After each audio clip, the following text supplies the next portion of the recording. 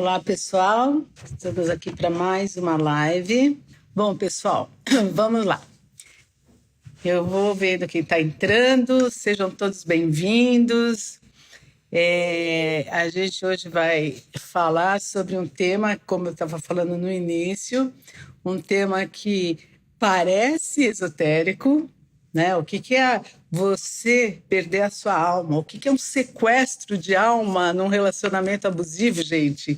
Será que isso existe? Quem passa por relacionamento abusivo sente literalmente que a alma foi embora. Mas o que é alma, gente? Como que a gente fala alma? O que é essa alma que a gente fala? Então, o que vocês acham que é alma? Existe a alma? Então, eu vou falar para vocês como que o que significa a alma e o sequestro da alma nessa visão dentro desse contexto de relacionamento abusivo. E por que eu intitulei esse livro de Sequestradores de Almas? Alma, o que é? Alma é a essência, alma é a nossa essência. É algo que existe, que muita gente acha que existe independente do corpo. É nosso ser essencial, é aquela sensação que nos traz a certeza absoluta que nós estamos ocupando uma massa física, somos talvez viajantes espirituais, quem sabe, para quem é mais esotérico, mais espiritualista, nós estamos encarnados num corpo. Eu já tenho a percepção de que esse corpo está cheio do eu nosso, ele pode ser até uma vestimenta encarnatória, para quem acredita em reencarnação, mas de qualquer modo existe uma consciência, e essa consciência de si mesmo, essa sabedoria sobre si mesmo, é que eu vou traduzir isso como alma. Eu mesma tenho uma experiência quando eu me dei conta que eu existia.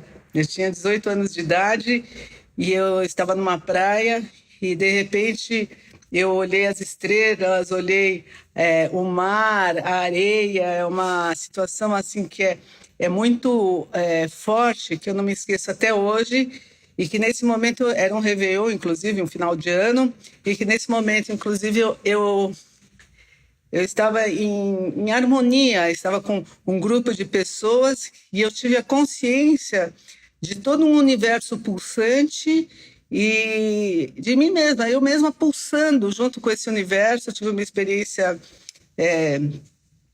não sei se transcendente, o que era, mas uma experiência que para mim foi muito sagrada. E essa experiência me trouxe uma conexão de ter a experiência que eu sabia que existia um eu, tive consciência de mim de uma maneira muito diferenciada, tive consciência do planeta pulsando, das estrelas, tive a consciência de ver tudo pulsando, fiquei muito emocionada por vários dias. E após essa experiência, que foi bastante expandida, eu decidi com mais consciência de dedicar essa existência minha para a ampliação da minha consciência. E naquela época mal sabia eu que essa dedicação, que continua até hoje, eu tenho certeza que vai continuar até os últimos dias, o último dia meu aqui nesse planeta, eu não sabia que eu ia estender para ajudar as pessoas a despertarem. E o que eu gosto sempre de falar é que aqui ninguém é melhor do que ninguém e que um dá a mão para o outro naquilo que pode. Pelo menos é a minha premissa. Então, eu estudo a consciência, eu busco me despertar, busco ajudar as pessoas a se despertarem, e cada um na sua categoria de desenvolvimento aqui no planeta. Todas as pessoas têm profissões que são sagradas, necessárias para elas próprias e para o planeta também. E isso é que eu penso que ajuda muito a gente a entender. Espero que eu tenha dado uma explicação da minha experiência, mas contando um pouco para vocês sobre alma. O que é alma? né? Então, alma é a gente ter a percepção de que a gente existe, que tem uma existência dentro da gente, que tem algo pulsante e que nos traz um sentido de identidade que muitas vezes é incomungável. A gente nem consegue dizer, porque eu falar para vocês, olha, eu sou uma psicóloga, trabalho com o despertar dos outros, eu estou me nomeando, mas existe algo que não tem nomeação. E essa sensação de existência, para mim, que me dá uma identidade muito além das palavras, é que faz parte do que eu chamo de alma, o intraduzível que me traz a consciência de que eu estou viva. E vamos agora dar um salto para os relacionamentos abusivos, tá? O que acontece com essa consciência, essa percepção da nossa existência quando a gente está num relacionamento que vai acuando toda a identidade que nós temos de modo externo. E óbvio que contamina lá dentro. Então, uma das premissas de relacionamentos abusivos é o abusador, e eu gosto sempre de dizer a vocês que sempre que eu falo do abusador, independe de sexo. Sempre eu gosto de falar, que fique bastante claro, eu uso o abusador, é um termo que eu escolhi, pode ser a abusadora. Então, sempre gosto de falar nas minhas lives que vai para todos os sexos e para todos os tipos de relações.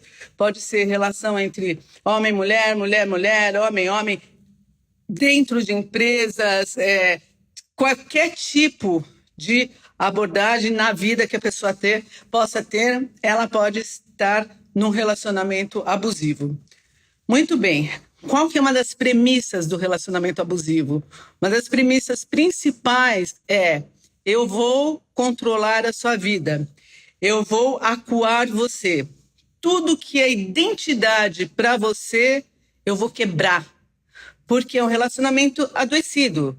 Então, hoje eu não vou explicar muito sobre... É sempre bom eu vou contextualizar um pouco sobre o que é o abuso e sobre quem é a vítima, mas fundamentalmente hoje eu quero passar para vocês a importância de você saber o perigo em relação ao sequestro de alma.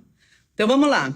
O abusador, que pode ser o narcisista perverso, o que ele está? Ele está em função, no momento que ele encontra com a sua futura presa, qual que é o desejo dele? Não é esse desejo, eu vou pegar aquela ali porque eu vou destruir ela. O narcisista perverso não faz isso. O narcisista perverso, ele vai ficar com alguém que eleve a autoestima dele num primeiro momento. Então vai ser aquela promessa, e muitas vezes ele acredita nisso, na maioria das vezes, aquela promessa de fusão, de maravilha, que esse vai ser o relacionamento ideal, que ele vai andar na rua e todo mundo vai falar assim, nossa, olha que moça linda, que casal lindo, que maravilha. Então ele vai carregar junto com ele uma tocha olímpica. A moça, que se ela for a narcisista, vai carregar uma tocha olímpica também, estando com uma parceria que adere às necessidades dela. Muito bem. Essa é a primeira fase do relacionamento abusivo, tá? Eu vou ler depois todas as perguntas e eu vou responder e vou falar todos os comentários aqui, tá bom?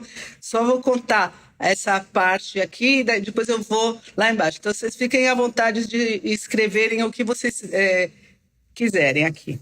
Então, nesses relacionamentos abusivos, que pode ser de mães com filhos, pode ser de toda sorte, o que acontece? Nesses relacionamentos, num primeiro momento, esse momento, estou falando de narcisismo perverso, que é uma categoria, existem os psicopatas, existem outras categorias que promovem relacionamentos abusivos, e muitas vezes as pessoas estão em relacionamentos abusivos e acabam em situações gravíssimas, porque eles não estão só com narcisistas perversos, eles estão com pessoas que têm uma outra categoria estrutural de personalidade, onde o fim é o fim mesmo, é destruir, e entra em violência física e entra em outras situações que pode sim causar a morte. Por isso que, se vocês perceberem relacionamento abusivo, principalmente em época de Covid, se tiver algum enfrentamento que ultrapasse a linha vermelha, tanto psicológica quanto física, aquela coisa assim, esse tapinha não é nada, é sim. Tudo é importante e tudo pode ficar pior. Então, se você não consegue colocar limites, se você não consegue distanciar esse abusador, você tem que arrumar uma alternativa e sair desse isolamento para não acontecer algo pior. Isso é o que eu sempre tenho falado como alerta para todos nessa época de Covid. Mas vamos voltar aqui. Então, essa primeira fase aqui é a fase da sedução. Na segunda fase, é a fase onde começam as críticas, o acuamento e, junto com isso, existe uma inserção no outro do medo de abandono, porque aquele rapaz, aquela pessoa ficou tão importante, que sem ele eu não vou viver. Então ele pode fazer uns sumiços, ele pode não responder uma chamada, ou ele pode ficar de mau humor se existe já um casamento. E com isso, a trama abusiva, ela vai se configurando naquilo que ela pressupõe que ela vai ser, um relacionamento de controle onde um vai estar aqui e o outro vai estar aqui, um vai estar aqui, o outro aqui, um aqui, o outro aqui, um aqui, outro aqui, até que esse outro aqui, ele desapareça por completo. Essa é a ideia. E aí o que esse aqui que acabou com a identidade desse faz? Ele vai ser o bonzinho da história e ele vai falar assim, nossa, ela ficou muito adoecida, ela é doida, ela se suicidou, ela entrou em depressão, ela ficou doente fisicamente, ela é frágil. Só que não era. O que aconteceu? O que ele fez? Fez isso aqui, olha, gente, roubou a alma dela e aqui ficou invólucro. É aquilo que eu falei logo de início, ficou invólucro. E o que acontece com a pessoa quando fica invólucro? O que acontece? Fica uma casca vazia. E onde está a identidade, onde está a alma dessa pessoa que está num relacionamento abusivo? Aonde foi? O que aconteceu com essa alma?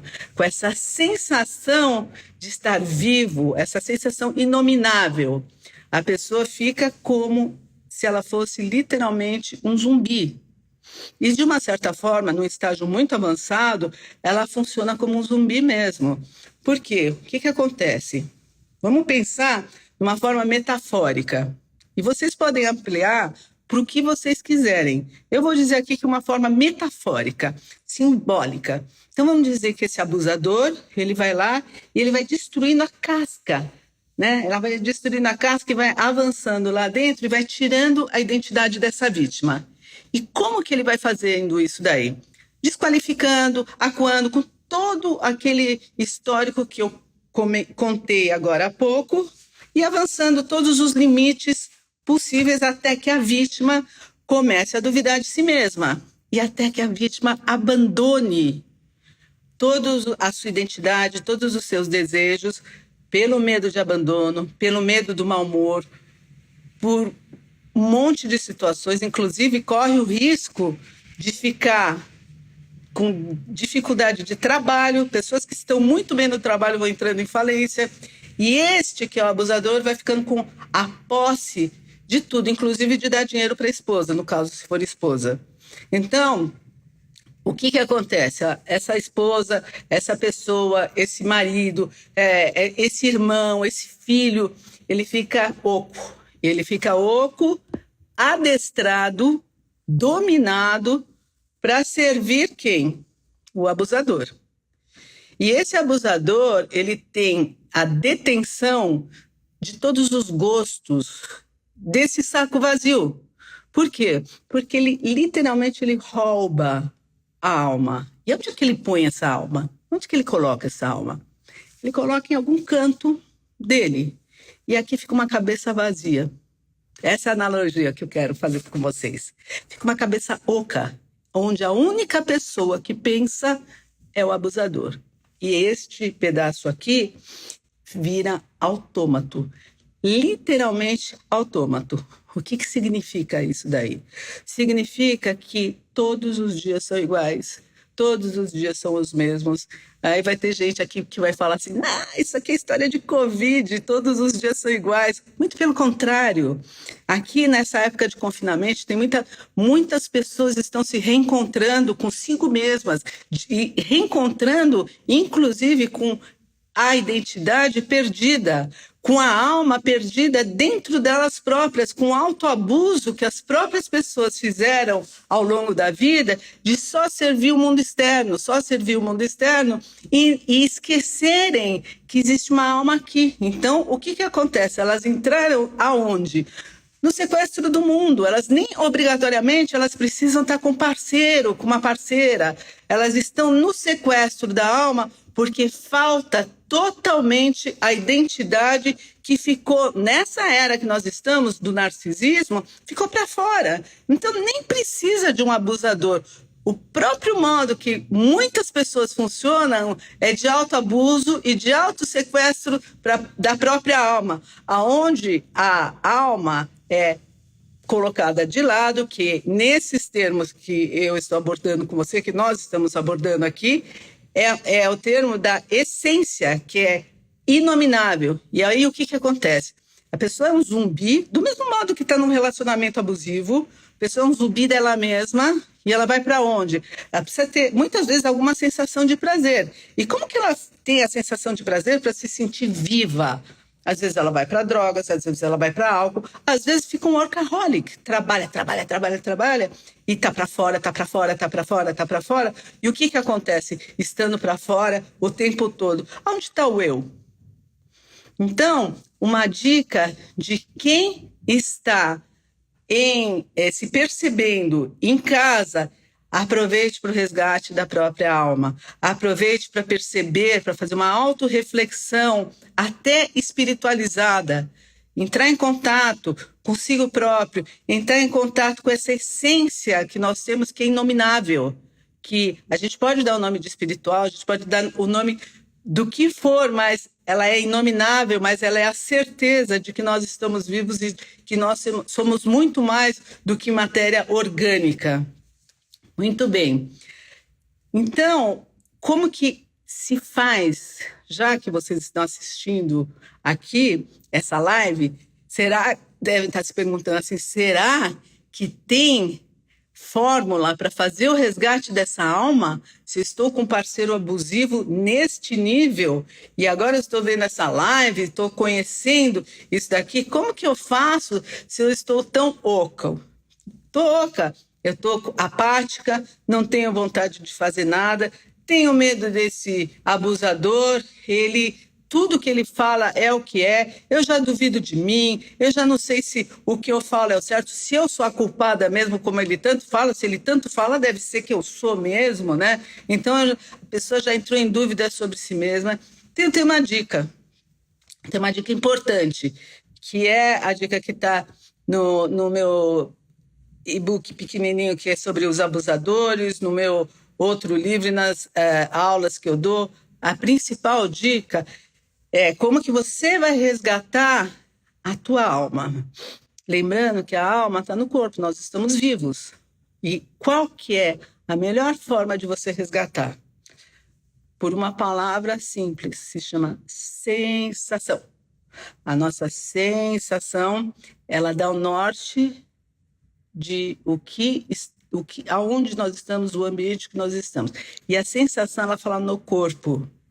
Eu já falei isso em outra live e volto a dizer, você volta, agora eu vou falar em outros termos, você volta para o seu próprio eixo, para o seu próprio eu, quando você ouve os sinais do seu corpo.